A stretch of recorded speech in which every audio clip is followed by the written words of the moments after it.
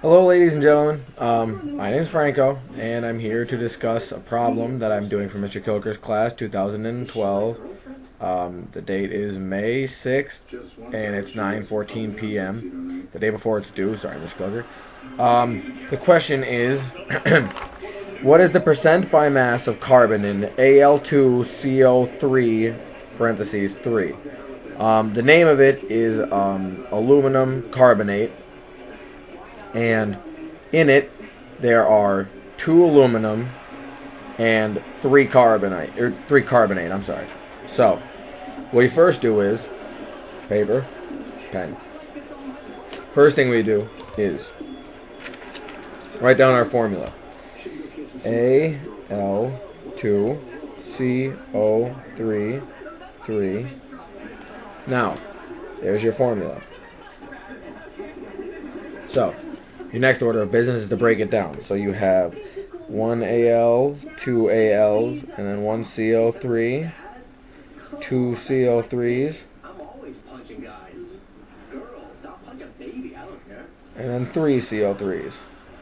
Finally, my first class had arrived. For real this time. I knew I had to make a strong impression.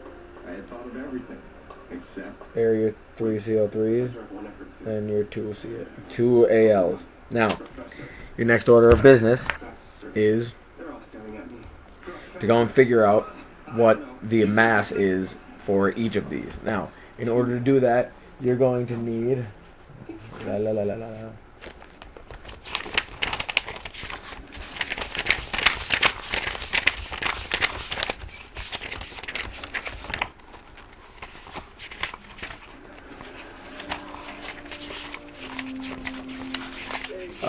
okay, here we are. To do that, you're going to need a periodic table. Any regular periodic table will do. Mostly everyone, if not all of them, will have the AMUs on the bottom. So, your first order of business is to find out how many AMUs 1 atom of aluminum weighs. So, we look at aluminum. Aluminum weighs roughly 26.98 AMUs. Now, we're going to round up, so we're going to use 27. So we'll put 27 under one aluminum, 27 under another, and then CO3. Now, obviously, CO3 is made up of 1 carbon and 3 oxygen.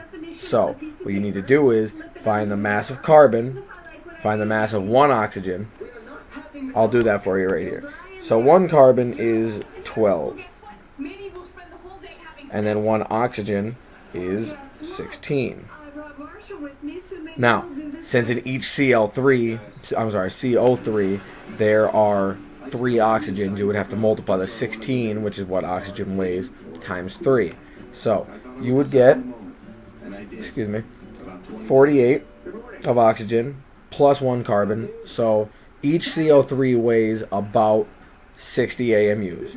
So, we have Al, which is 27, then another Al, which is 27. I'll show you guys the paper in 1 second.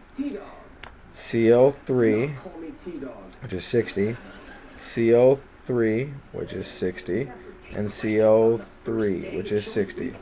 So, right now, this is what we have. We have all of those.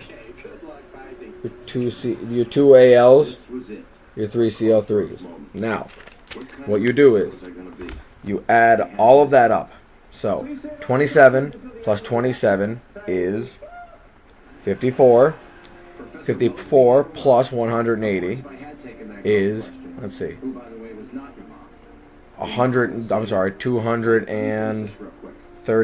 234. So, in order to check this, we go and use our calculator. This is Economics 305. You're in the wrong classroom. Yes, I was in the wrong classroom. As soon as I find, there we go. So, 27 plus 27 plus 60 plus 60 plus 60 equals.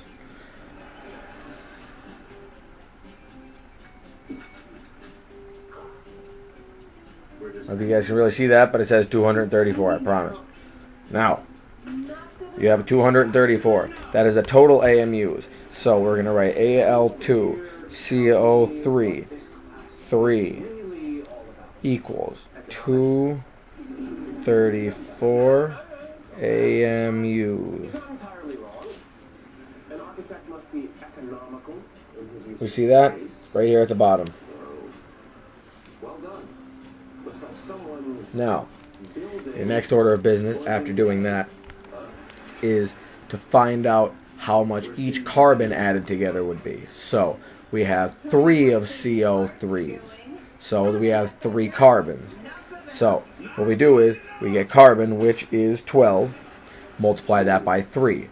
12 times 3 is 36. So we will have carbon 3 equals 36 AMU.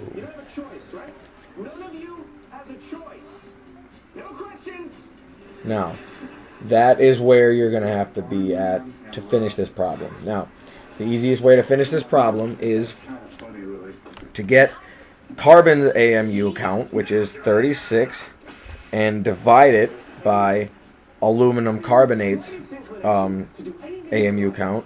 So, 234, and after putting it into the calculator, 36 divided by 234 equals 0.1538461538. Now, you multiply that times 100 because you need to get a percentage, and your percentage will come out to be 15.384, which we will then round to 15.385%.